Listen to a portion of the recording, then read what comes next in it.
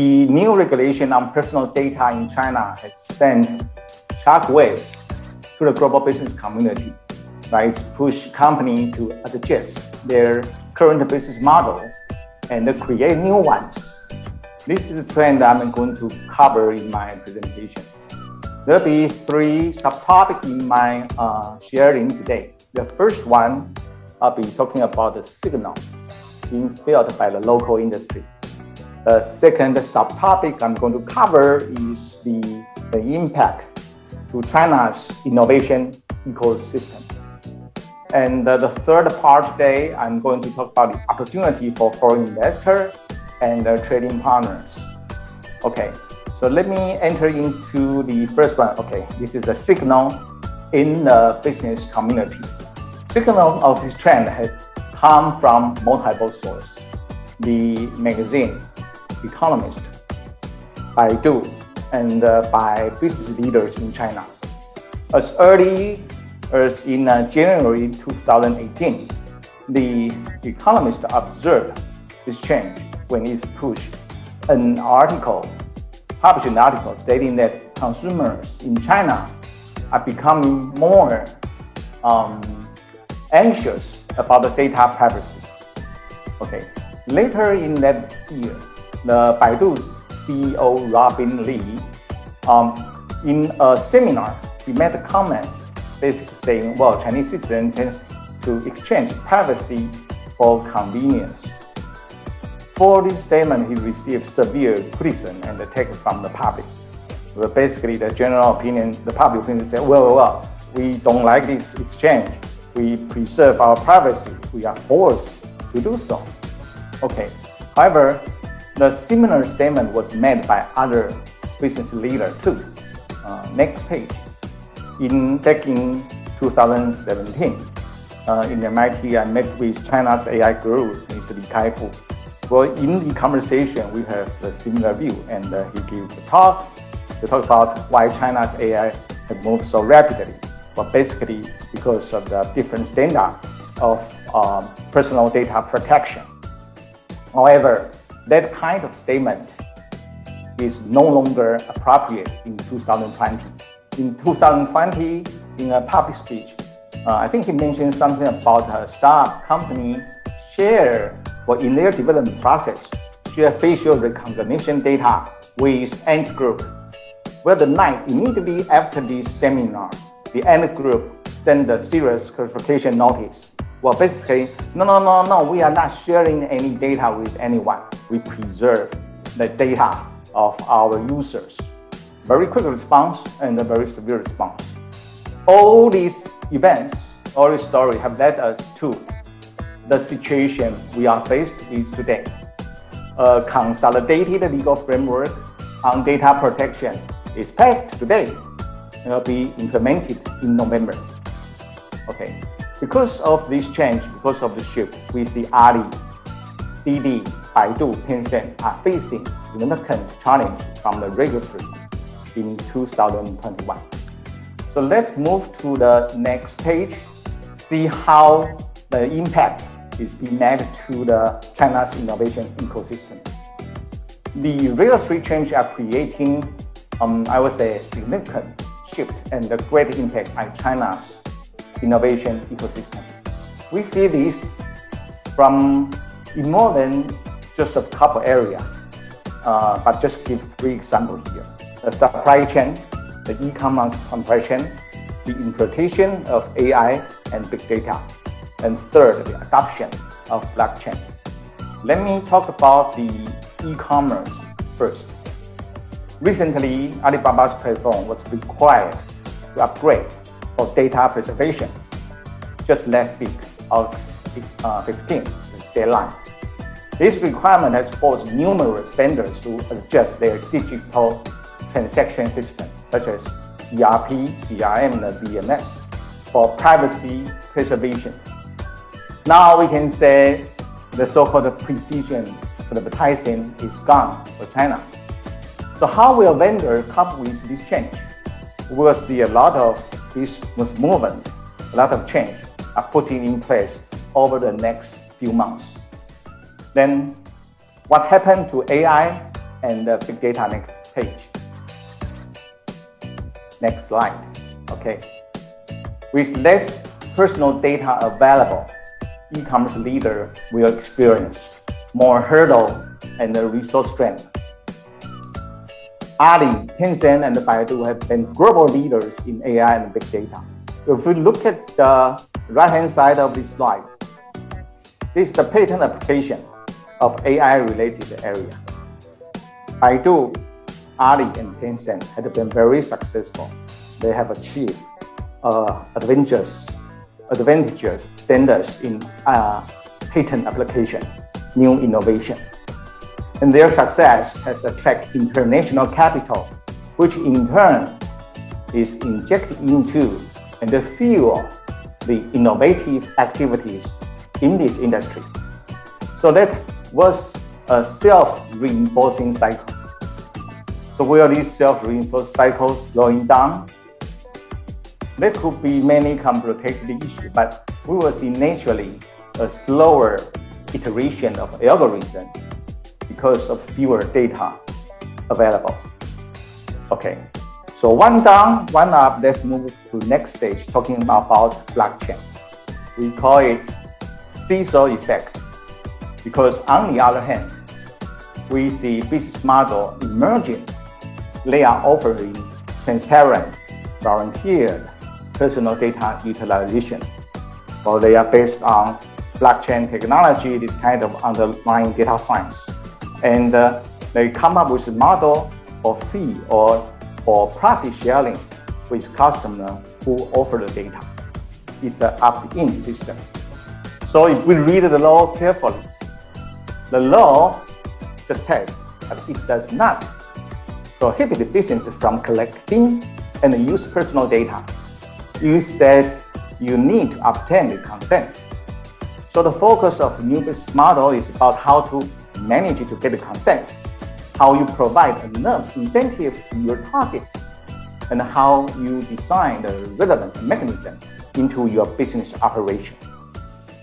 Moreover, as we can see, this new model tends to align more with government agencies. So they will continue to grow and flourish for obvious reasons. Better communication as a lesson learned from Ali and Didi. Okay, so that was the impact to the Chinese or China's innovation ecosystem. Now, let's look at what kind of opportunity for investors or trading partners they may enjoy because of this change. Okay, next slide. Thank you. The change in data regulation in China not only affects China's domestic sphere, but it also influences people who work with business in China, particularly as investors and the trading partner. The first point I'd like to mention is those interest parties now need to interpret Chinese regulation better in China's social context. Just about 2 weeks ago, Morgan Stanley, in its recent report, it described the recent change we just talked as China is having its regulatory reset. And based on this theme, it provides several investment advice. Okay, no matter it's a reset or not, in any event, going forward, international business partner, trader, or investor can continue to better understand Chinese business and legal environment by better understanding China's culture and the social characteristics. For example, what are the regulators' concerns? What is the supreme value in this country?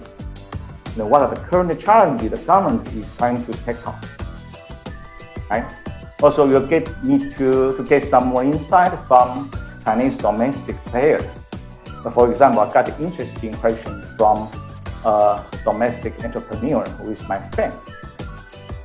He pointed out an article in Chinese Constitution law to me. Well, in English, it basically says the means of production is owned by the people. Okay, easy to understand in old-fashioned context.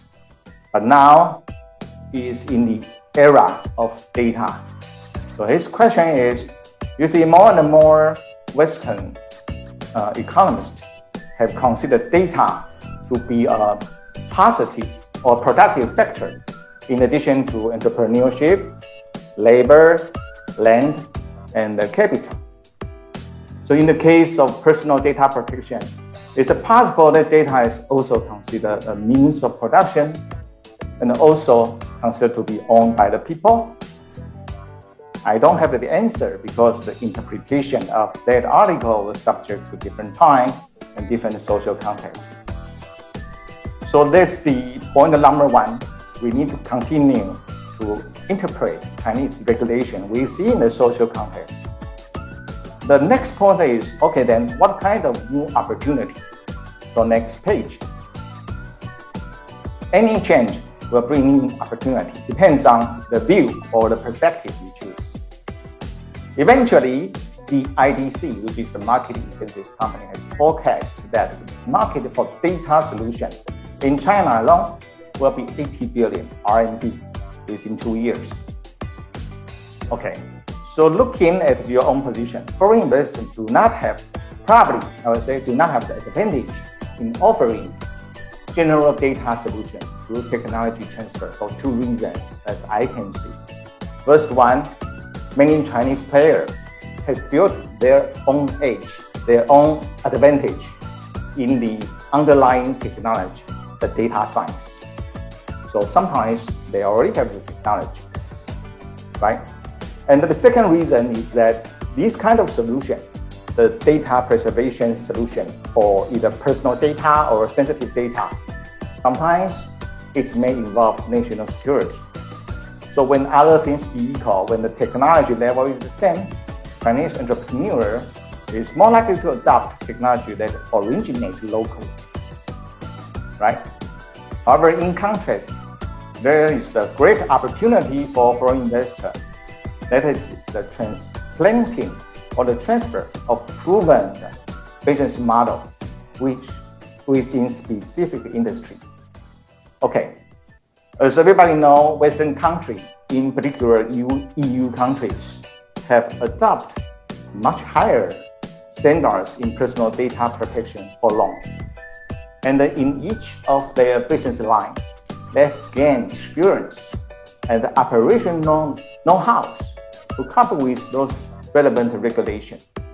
And such hands-on experience now has greater value to help your Chinese partners in the corresponding business line to adjust their business model. Okay. However, there's still a third point that for investor and I would say the trading partner need to pay attention to, because the personal data regulation has extraterritorial or at least cross-border effects. For those who have business with Chinese players, they must also stay compliant, just like mentioned by Carlos. Then they need to adjust themselves to cope with the recent change of the supply chain in China too. That I called as the ripple effect in the next slide. Basically, we just say everybody needs to make the change. Your partner in China, your trading partner in China, your subsidiary in China making change is impossible. That even you are in a foreign country, Italy, American, or European country, you have to make a corresponding change. And the game rule have already changed today. The faster you would adjust to the new environment, the more advantage you will have in this new environment.